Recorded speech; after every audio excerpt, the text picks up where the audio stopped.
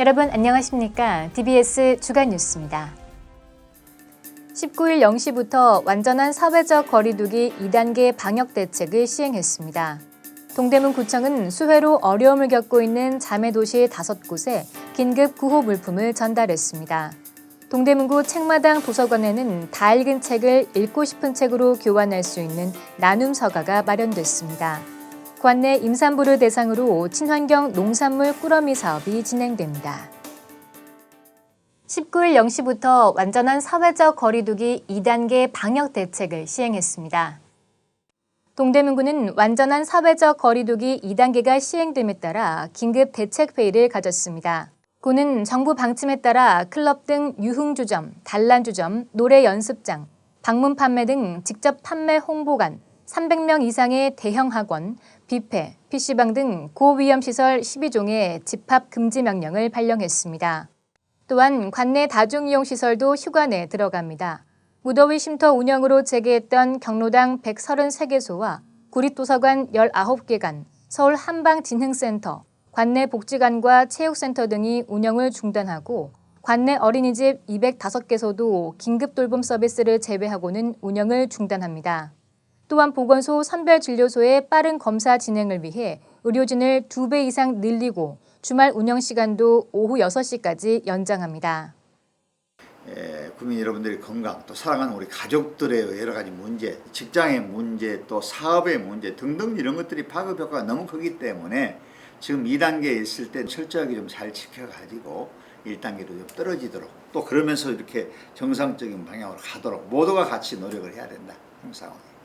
완전한 사회적 거리두기 수칙은 8월 30일까지 실시하며 추후 감염 확산 상황을 평가해 기간을 조정할 계획입니다. 동대문구는 수해로 어려움을 겪고 있는 자매도시 5곳에 긴급 구호 물품을 전달했습니다.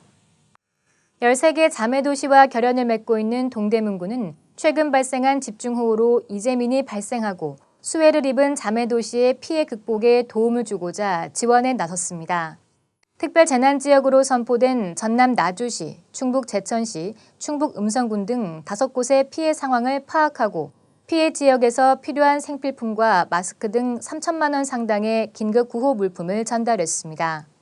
유덕열 동대문 구청장은 이번 집중호우로 수해를 입은 자매도시에 위로의 말을 전하고 빠르게 일상으로 복귀하는 데 조금이나마 도움이 되길 바란다고 밝혔습니다.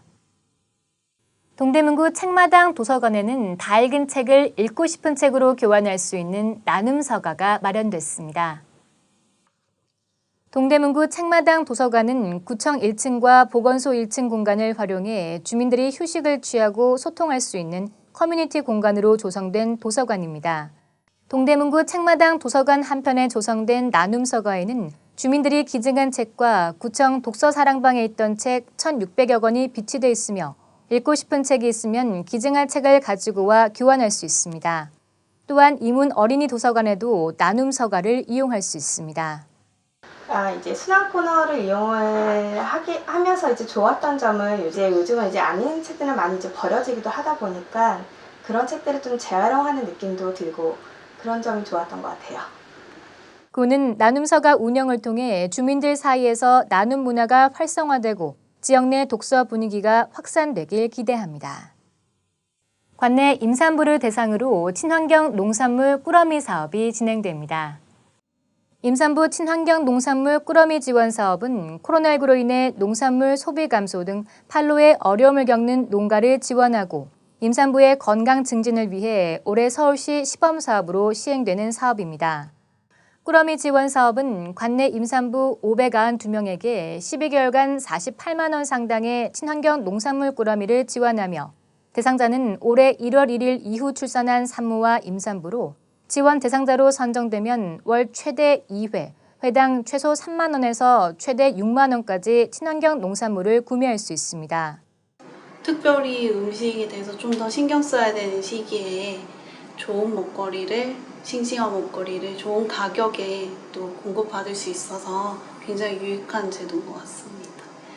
동대문구는 임산부에게는 건강한 먹거리를 제공하고 코로나19로 어려움을 겪는 농가에는 안정적인 판로가 확보되길 바란다고 전했습니다. 코로나19 재확산으로 인해 사회적 거리두기 2단계가 실시되고 있습니다. 수도권에서는 오는 30일까지 대규모 모임이 원칙적으로 금지되는 등 일상생활에 많은 변화가 잇따르고 있는데요. 다소 불편함이 있더라도 언제 어디에서나 감염될 수 있다는 위기의식을 갖고 외출 자제와 마스크 착용, 손 씻기 등 코로나19 확산 방지에 적극 동참해 주시기 바랍니다. 이상으로 DBS 주간 뉴스를 마칩니다. 시청해 주신 여러분 고맙습니다.